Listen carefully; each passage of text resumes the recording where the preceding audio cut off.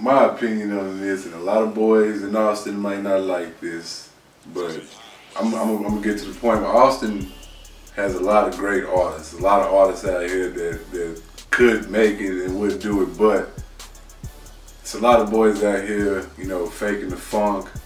A lot of boys out here, like, I think it's a big competition. Nobody want to become a unity out here, and when you look at other cities, it's boys coming together. In Austin, it's a lot of hate. You know what I'm saying? A lot of boys act like friends, a lot of boys act like they cool in the streets, but really behind the scenes, when they with their partners, it's a lot of talking down on each other. So niggas really can't come together.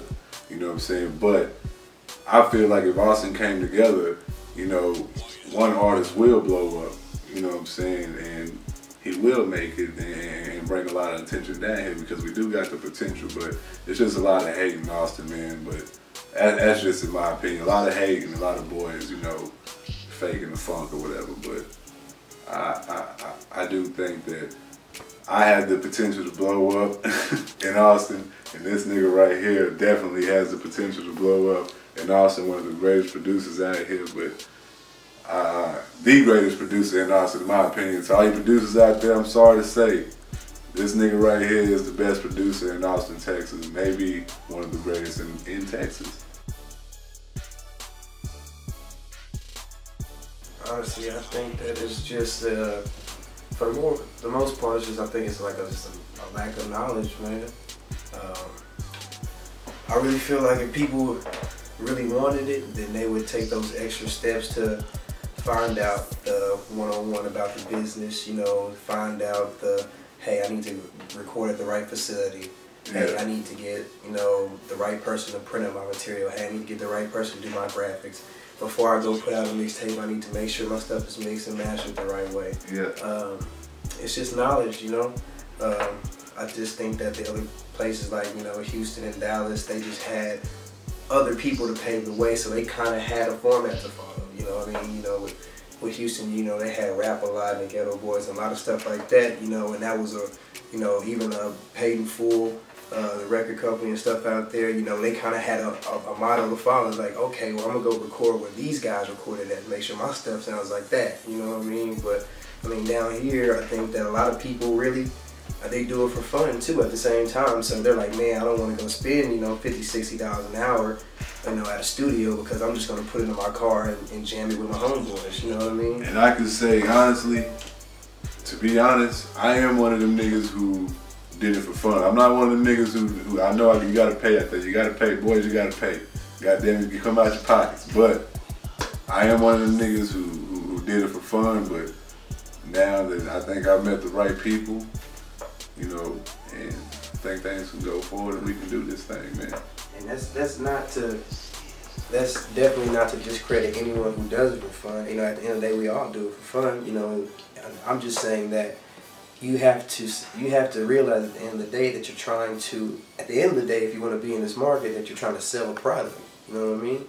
And it's the music business, not the music game, you know what I mean? If you want to play, I mean, that's perfectly fine. You know, I think we all started with that initial, hey, I just want to try it out, it's fun and everything like that. But once you want to compete with the big boys, with the Kanye's, with the Jay-Z's, with the DMX's, with, you know what I'm saying, these people who are sold upwards of 2, 3, 4, 10 million records, it's because they put out a product. What you're trying to do at the end of the day is put out a product.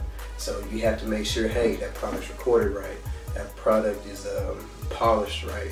The person putting out the product is polished the right way. You know what I mean? So I think if you just take it seriously, then that's what your career is going to do.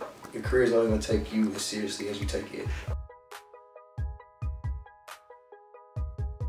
Nah, man, Valley Block, to the people out there, Valley Block is a clique of niggas that's been together since grade school. Like, there would never be no breakup between Valley Block. Valley Block got boys in the business thing, doing their thing over there in Mississippi getting money. Valley Block got boys in the NBA, overseas getting paid. Valley Block got boys in the NFL. You know, it's just, you know, Valley Block is what we call ourselves, and we just do the entertainment behind it because that's all we knew, you know.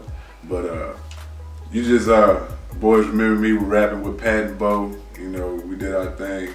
And that was when we were first starting, but boys took different directions. I mean, them still my brothers to the day I die. Like, it'd never be a breakup that way. But musically, everybody understood that this is my thing and this is what I need to do.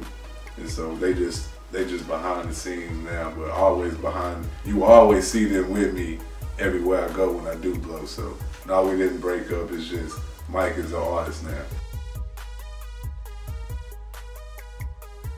I've been doing it seriously. Well, I just really started getting serious about rap probably about, I say, like 4 or 5 years ago. You know, as always, when you in school, you freestyle and think you know, nigga do a little spoon and pencil beat on the table, get to freestyling. But you know, I was always into that. I was always into music. Like as a kid, you know, I would get the what's that? The tape with the mic, and I put the other tape recorder right here, press record over here, get the instrumental over here, the tooth. Everybody did that and rap.